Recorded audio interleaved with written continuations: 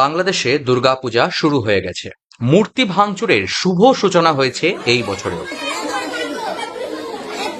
অসাম্প্রদায়িক বাংলাদেশে যেখানে হিন্দু এবং মুসলমান এতটাই ভাই ভাই যে সেখানে হিন্দুদের দুর্গাপূজা করা তো দূর, পুজো করবার জন্য নিরাপদে দেবী প্রতিমা বানানোটাই আজ অসম্ভব হয়ে পড়েছে।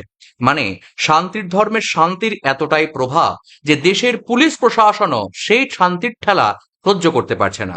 মোরা একই বৃন্তে দুটি কুসুম, হিন্দু মুসলমান, মুসলিম তার নয়নমণি, হিন্দু তাহার প্রাণ।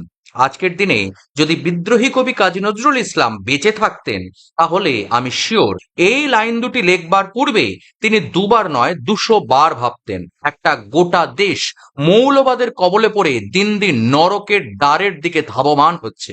পৃথিবীর মানচিত্রে যে দেশটার শুধুমাত্র উপস্থিতি ছাড়া আর কোনো তেমন উল্লেখযোগ্য ভূমিকা নেই, না এই দেশ কোনোদিন বৈজ্ঞানিক কোনো বিষয় আবিষ্কার করেছে, না কোনো উন্নত মানের কোনো কিছু তৈরি করতে পেরেছে, না একেবারেই কিছু তৈরি করেনি একথা বলা ভুল, তৈরি করেছে কিছু উগ্রবাদী জঙ্গি মৌলবাদী সংগঠন যারা বাংলাদেশের জাতীয় সঙ্গীত পরিবর্তন করতে চায়, যারা বাংলাদেশি হয়েও উর্দুকে জাতীয় ভাষা করতে চায়, যারা নারীর অধিকারের বিরোধিতা করে, আর যারা চায় হিন্দুরা সবাই মুসলমান হয়ে যাক।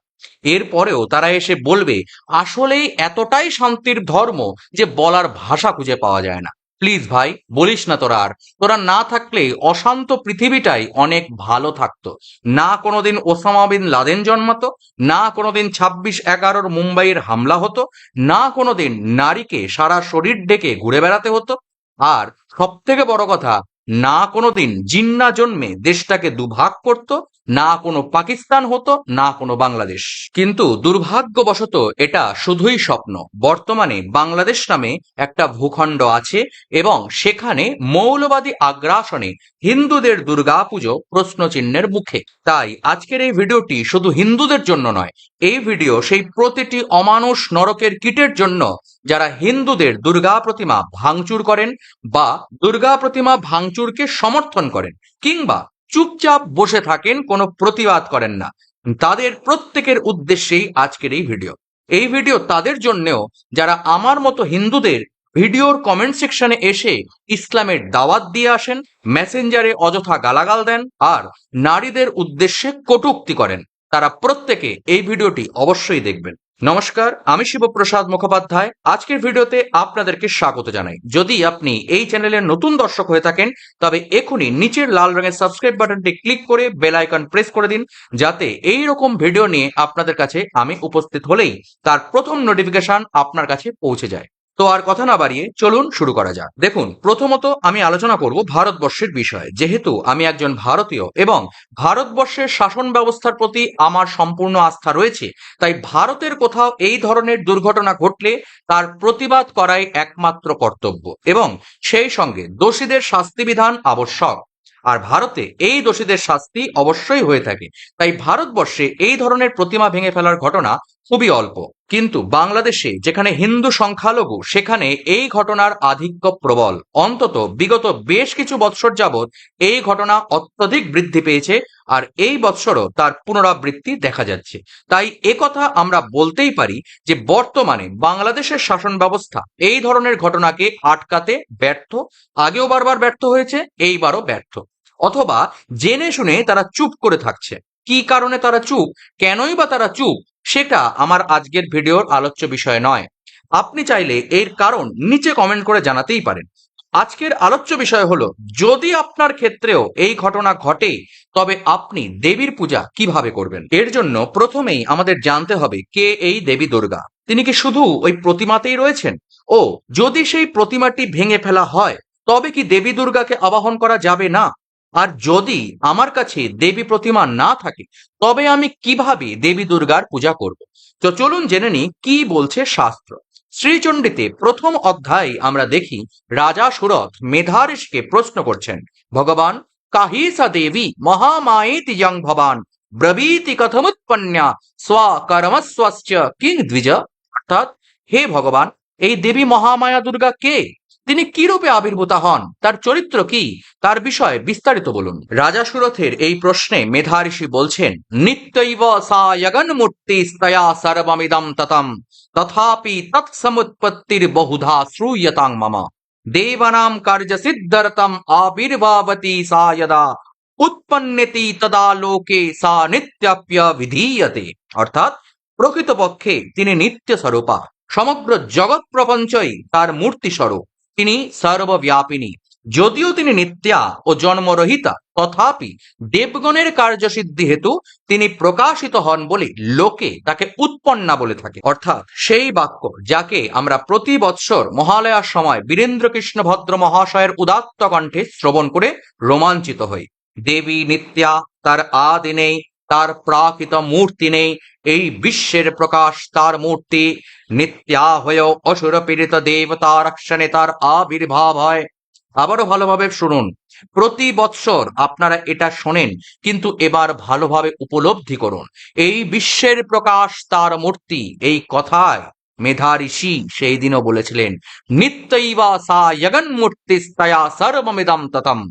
এই সমগ্র বিশ্বই দেবী। তবে একটা সামান্য প্রতিমা ভেঙে গেছে, তো এত চিন্তার কারণ কি?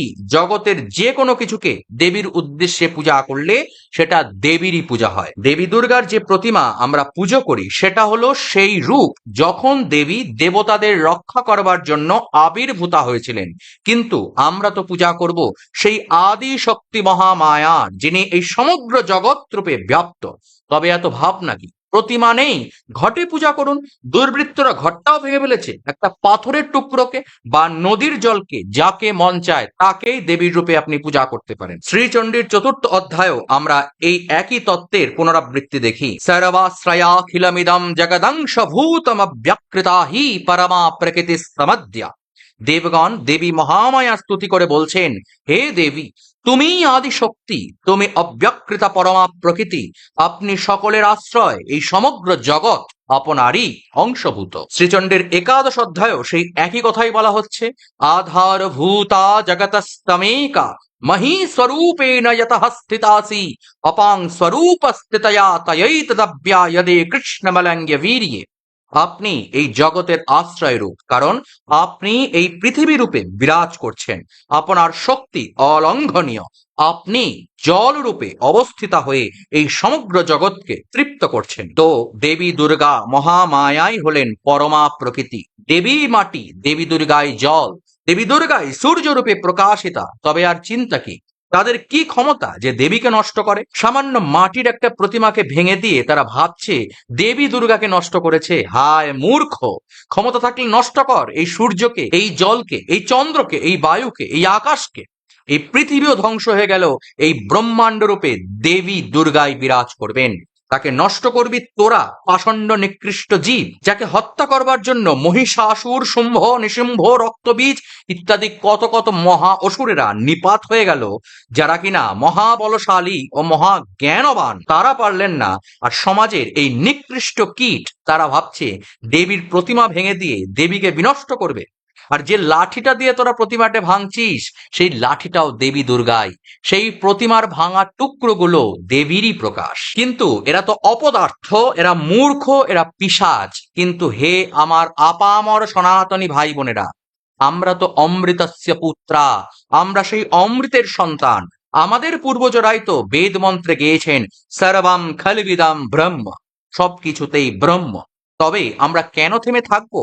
আমাদের আটকাবে ওই সামান্য নর্দমার কীটেরা, যারা এই প্রতিমা ভাঙছে তাদের ঘরের মেয়েরাও সেই দেবী দুর্গারই প্রকাশ। শ্রীচণ্ডীতে দেবতারা দেবী মহামায়ার স্তুতি করে বলছেন, স্ত্রীয়ঃ সমস্তা সকলা জগৎসু।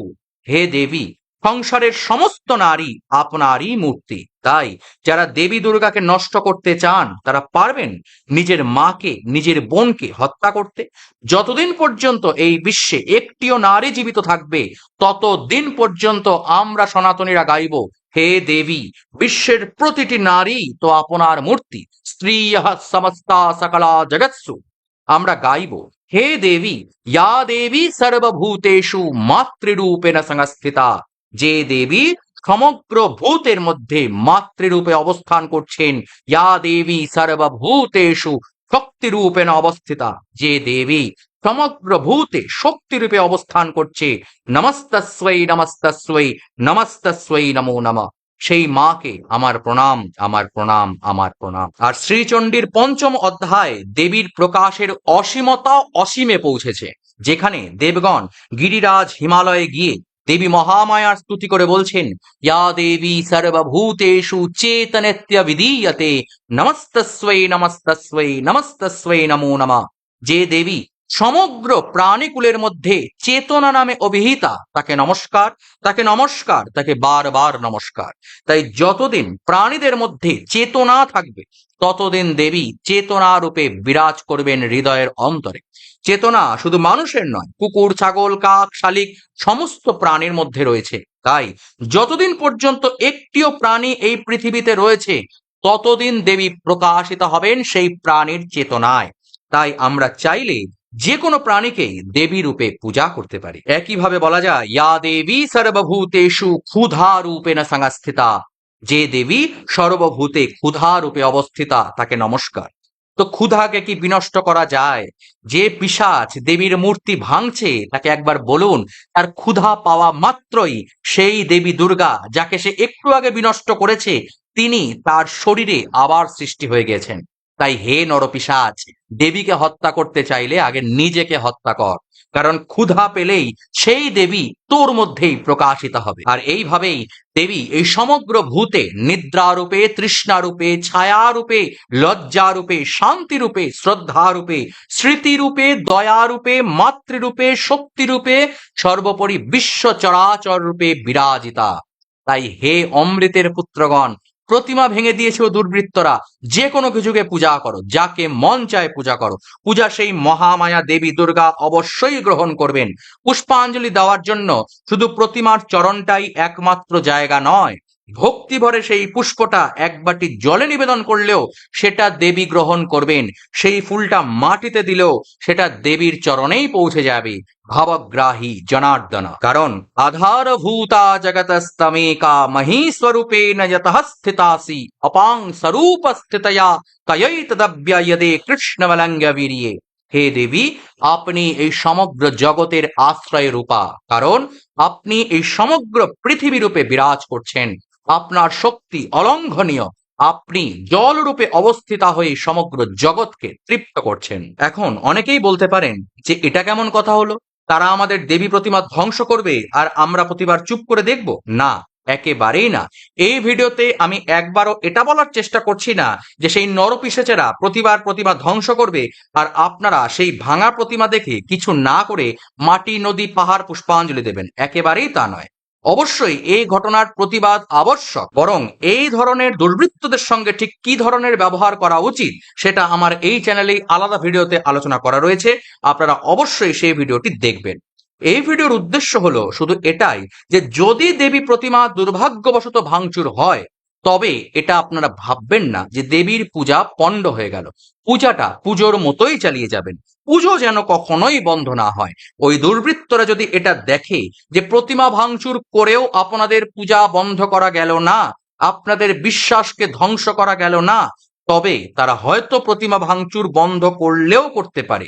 যদিও এই অমানুষদের থেকে এটা আশা করা উচিত নয়, তবুও আমরা আমাদের কাজটা তো করতেই পারি। তো আজকের মতো এই পর্যন্ত। নিচে কমেন্ট করে জানান যে আপনি কোন দেশের নাগরিক ও আপনার কাছে পিঠে কোথাও প্রতিমা ভাঙচুর হয় কিনা, কারণ আমি জানি যে এই কমেন্ট বক্সে অনেকেই এটা লিখবেন যে প্রতিমা ভাঙচুর এসব আদৌ হয় না। তাই কোথায় কোথায় হয় তার বিবরণ আপনারা অবশ্যই নিচের কমেন্ট করুন।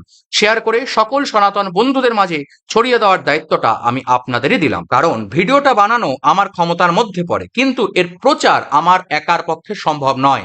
তাই ওরা যেমন দল বেঁধে প্রতিমা ভাঙচুর করে, ঠিক তেমনি আমরাও যদি দল বেঁধে এই দেবী দুর্গার স্বরূপের প্রচার করতে পারি, তবে কিছুটা হলেও হয়তো এই সমস্যার সমাধান হলেও হতে পারে। আর অবশ্যই অবশ্যই চ্যানেলটিকে সাবস্ক্রাইব করে বেল আইকন প্রেস করে দিন, যাতে যখনই আমি কোনো ভিডিও নিয়ে পোস্ট করব তখন তার প্রথম নোটিফিকেশন যাতে আপনার কাছে সবার আগে পৌঁছে যায়। ভিডিওটি লাইক করে সঙ্গে থাকুন। দেখা হচ্ছে পরবর্তী ভিডিওতে। নমস্কার। দুর্গা দুর্গা জয় ভবানী।